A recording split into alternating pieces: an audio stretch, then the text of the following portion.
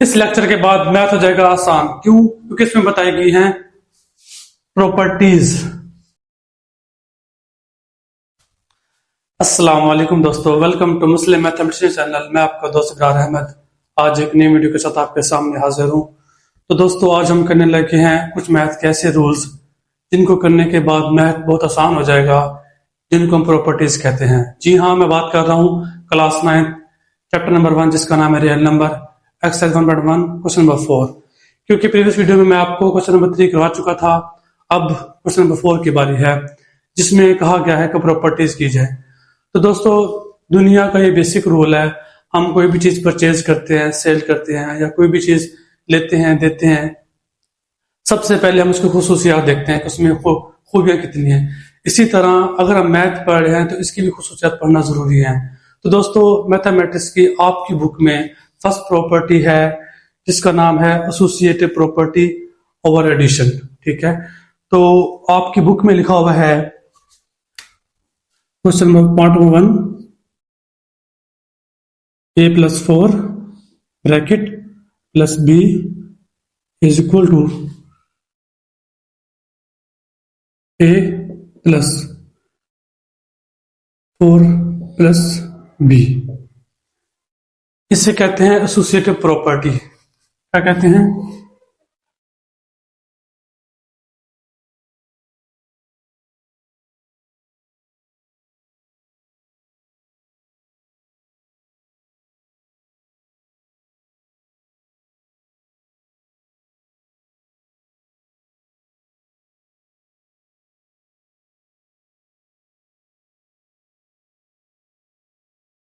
दोस्तों, इस प्रॉपर्टी का नाम है एसोसिएटिव प्रॉपर्टी अंडर एडिशन।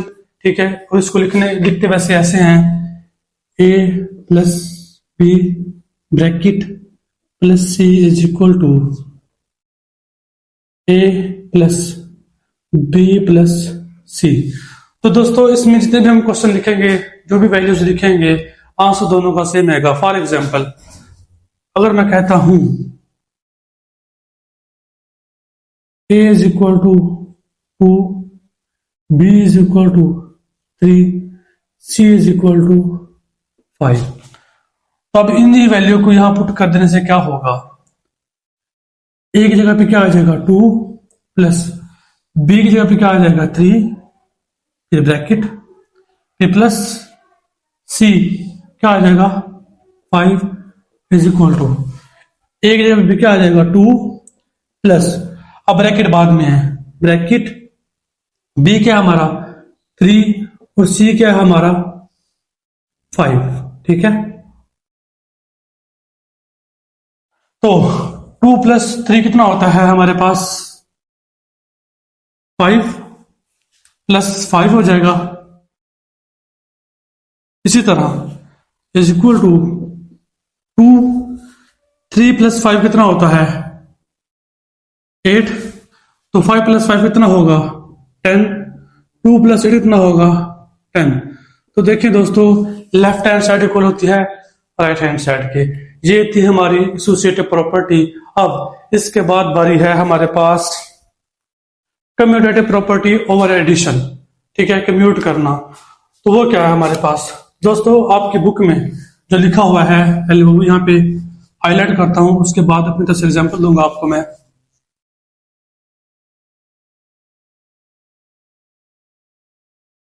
आपकी बुक में लिखा हुआ है पार्ट नंबर 2,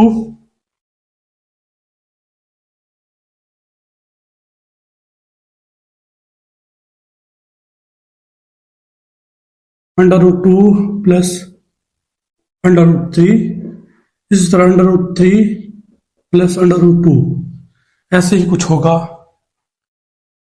जी हाँ, ऐसा ही है। इसे हम कहते हैं कम्यूटेटिव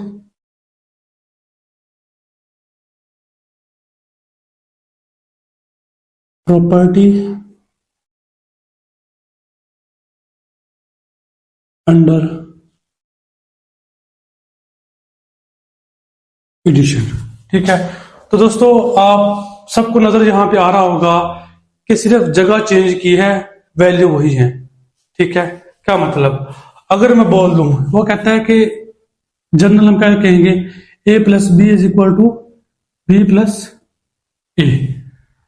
फॉर एग्जाम्पल हम एग्जाम्पल ले लेते हैं, क्योंकि अंडर रूट में है तो बताओ आपको मुश्किल लगेगा, लेकिन हम एक सिंपल एग्जाम्पल ले लेते हैं। ए इज इक्वल टू क्या ले लेते हैं 2, बी इज इक्वल टू ले लेते हैं 2।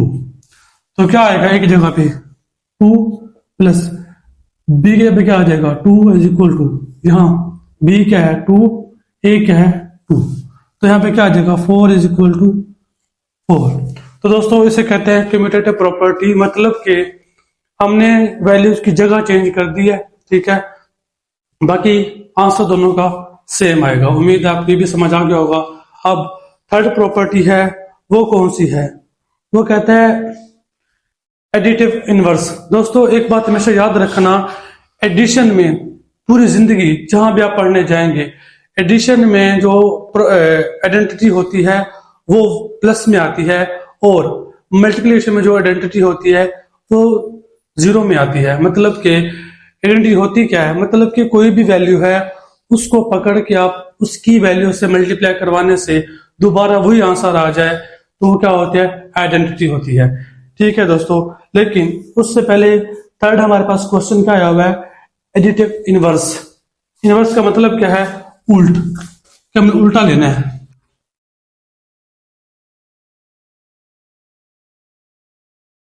उसने आपकी बुक में एग्जांपल दी हुई है, वो क्या है, 3 पार्ट है, x minus x is equal to 0।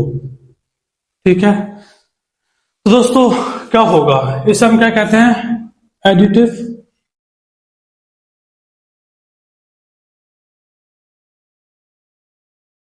Inverse.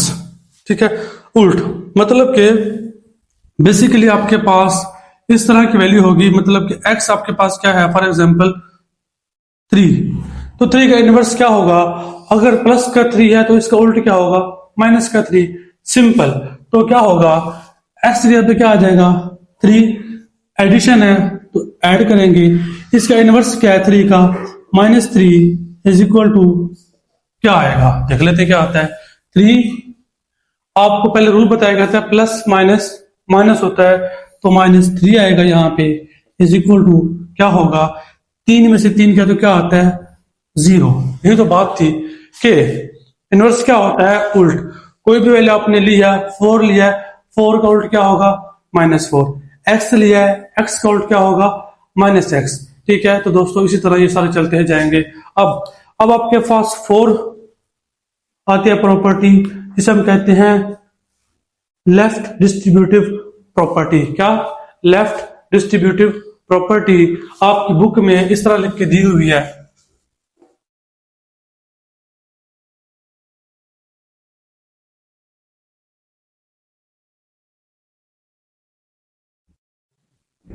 a is equal to multiply by b plus c is equal to A B plus A C.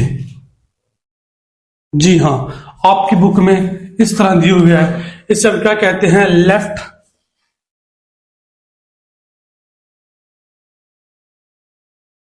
Distributive property. ठीक है, तो क्या देखें, सिंपल इसमें रूल अप्लाई किया गया है, ए को ब्रैकेट के अंदर क्या कर दिया है, मल्टीप्लाई करवा दिया है, ए मल्टीप्लाई बाय बी तो क्या होगा A B, A multiply by C तो प्लस ए सी आएगा। फॉर एग्जाम्पल मैं कहता हूं ए इज इक्वल टू हमारे पास 3 है, बी इज इक्वल टू हमारे पास 2 है, और सी इज इक्वल टू हमारे पास क्या है 4 है। ठीक है, तो एक जगह पे क्या आ जाएगा 3 आ जाएगा, ब्रैकेट बी जगह पे क्या आ जाएगा 2 आ जाएगा, प्लस सी जगह पे क्या आ जाएगा 4 आ जाएगा। आपने मैथमेटिक्स का रूल पढ़ा है कि पहले हम ब्रैकेट को सॉल्व करते हैं, तो क्या आएगा ब्रैकेट में 6 आ जाएगा, 6 3 से मल्टीप्लाई होगा तो क्या आ जाएगा 18। इसका ये क्या आएगा, हमारे पास आंसर आएगा। इस प्रॉपर्टी को हम क्या कहते हैं, लेफ्ट डिस्ट्रीब्यूटिव प्रॉपर्टी। इसके बाद फोर्थ प्रॉपर्टी आपके पास आती है, वो क्या कहता है, एडिटिव आइडेंटिटी। दोस्तों इससे पहले मैंने एक बात की थी आइडेंटिटी की। ठीक है, आइडेंटिटी बेसिकली होती क्या है दोस्तों, आइडेंटिटी वो होती है कि हम अगर मैं प्लस की बात करूं, प्लस में आइडेंटिटी क्या होती है, मल्टीप्लाई की बात करूं तो मल्टीप्लाई में आइडेंटिटी क्या होती है। तो दोस्तों प्लस में हमेशा आइडेंटिटी जीरो होगी, सॉरी हाँ जीरो ही होगी, लेकिन मल्टीप्लाई में आइडेंटिटी हमेशा क्या होगी, वन होगी। क्या बोला मैंने, प्लस में हमेशा आइडेंटिटी क्या होगी, जीरो होगी। क्यों होगी, अगर हम जीरो को किसी भी चीज में प्लस करें, फॉर एग्जाम्पल अगर मैं जीरो को टू में प्लस करता हूं तो आंसर क्या आता है, जी बिल्कुल टू ही आता है। तो देखिए आंसर वही आ गया है। आइडेंटिटी होती ही है कि हम किसी भी चीज में कोई चीज ऐड करें दोबारा वही आंसर आ जाए। तो जाहिर सी बात है अगर हम टू में प्लस जीरो करेंगे तो आंसर टू आएगा। तो प्लस में आइडेंटिटी हमेशा क्या होती है, जीरो होती है। इसी तरह अगर मैं मल्टीप्लिकेशन की बात करूं उसमें आइडेंटिटी क्या होती है, वन होती है। क्यों होती है, कि आंसर दोबारा वही जाए। अगर मैं टू को मल्टीप्लाई करूंगा जीरो से, आंसर क्या आता है, जीरो, लेकिन हमारा आंसर क्या आना चाहिए, टू आना चाहिए। इसलिए टू को मल्टीप्लाई करेंगे वन से तो क्या आ जाएगा, टू वन दा टू। इसलिए हमेशा ये बात याद रखना, प्लस में हमेशा आइडेंटिटी जीरो होगी और मल्टीप्लाई में हमेशा आइडेंटिटी वन होगी। ठीक है, तो हम एग्जांपल्स भी करते हैं। आपकी बुक में दिया हुआ है क्वेश्चन नंबर 5, क्या दिया, वो कहता है कि 16 प्लस 0 इज इक्वल टू 16। इससे उसने बोला है एडिटिव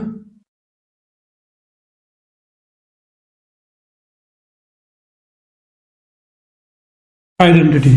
ठीक है, क्यों, देखें मैंने बोला था जनरल इसको इस तरह करते हैं, a plus 0 is equal to A. अब जीरो हम किसी भी चीज में ऐड करें आंसर क्या आता है, वही का वही आ जाता है। ठीक है, अब 16 में जीरो को ऐड किया, क्या आया, 16 आया। अगर मैं 2 में प्लस करता हूं जीरो तो क्या आंसर आएगा, 2 आएगा। इसी तरह कोई भी क्वेश्चन आप उठा ले उसमें जीरो ऐड करेंगे तो हमेशा आंसर वही आएगा। इसलिए प्लस में आइडेंटिटी क्या होती है, जीरो होती है। इसी तरह बच्चों 6 पार्ट है आपका मल्टीप्लीकेशन आइडेंटिटी क्या होती है।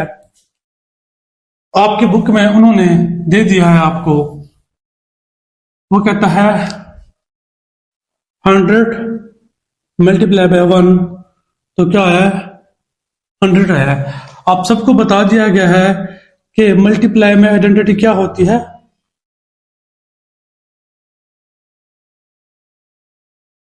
वन होती है। ठीक है, तो 100 को 1 से मल्टीप्लाई क्या आया, 100 आया। इसको इस तरह भी कह सकते हैं a multiply by 1 is equal to A. ठीक है, तो दोस्तों हमने सीखा कि प्लस में आइडेंटिटी जीरो होगी, मल्टीप्लाई में आइडेंटिटी क्या होगी, वन होगी। इसको हम क्या कहते हैं, एडिटिव आइडेंटिटी और मल्टीप्लिकेशन आइडेंटिटी। तो दोस्तों हमने आपका 6 पार्ट भी कर लिया, 5th पार्ट भी कर लिया और आपका 6th पार्ट भी, ये बेसिकली 6 पार्ट था आपका, 6 पार्ट भी आपका हो गया है। इसी तरह लास्ट 2 पार्ट रह गए हैं जिनमें कहा गया है एसोसिएटिव प्रॉपर्टी अंडर मल्टीप्लिकेशन। पहले क्या था, एसोसिएटिव प्रॉपर्टी अंडर एडिशन, अब भी क्या आ रहा है, एसोसिएटिव प्रॉपर्टी अंडर मल्टीप्लिकेशन। उसमें क्या है देखते हैं जरा।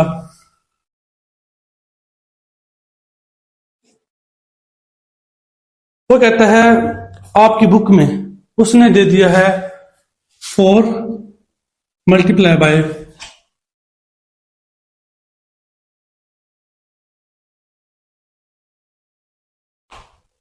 5 मल्टीप्लाई बाय 8।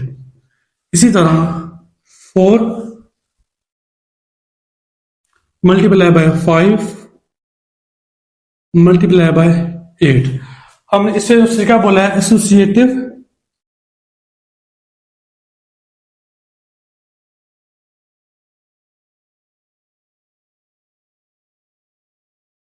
प्रॉपर्टी अंडर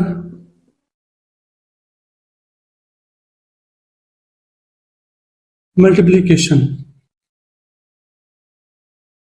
ठीक है, हमने जो फर्स्ट क्वेश्चन पढ़ा था उसमें हमने ये बोला था कि एसोसिएटिव प्रॉपर्टी अंडर एडिशन था, उसमें क्या आता था, यहाँ पे प्लस प्लस आ रहा था, लेकिन एसोसिएटिव प्रॉपर्टी अंडर मल्टीप्लिकेशन में यहाँ पे क्या आ रहा है, मेथड वही है लेकिन साइन क्या हो गया, हमारा चेंज हो गया है। इसको जनरल इस तरह लिखेंगे, ए ब्रैकेट बी सी, इसी तरह ए बी ब्रैकेट सी। ठीक है, अब मैं अगर इसको मल्टीप्लाई करूं, क्या आंसर आता है देखते हैं हम। मैथ के रूल के मुताबिक 5 मल्टीप्लाई बाई 8 तो क्या होता है 40,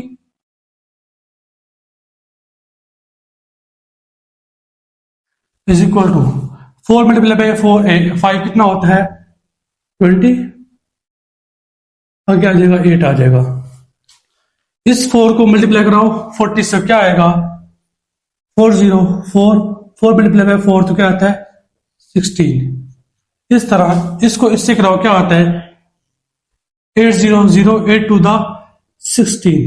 ठीक है, देखिए आंसर क्या आ गया हमारा, सेम आ गया। इसे हम क्या कहते हैं एसोसिएटिव प्रॉपर्टी अंडर मल्टीप्लिकेशन। इसी तरह अब आपका लास्ट जो है वो क्या है, वो कहता है कम्यूटेटिव प्रॉपर्टी अंडर मल्टीप्लिकेशन। पहले हमने क्या पढ़ा था, कम्यूटेटिव प्रॉपर्टी अंडर एडिशन पढ़ी थी, अब क्या उसका आ रहा है मल्टीप्लिकेशन आ रही है। आपकी बुक में उसने दे दिया है, वो कहता है A B is equal to है बी ए के। ठीक है, उसे क्या बोला है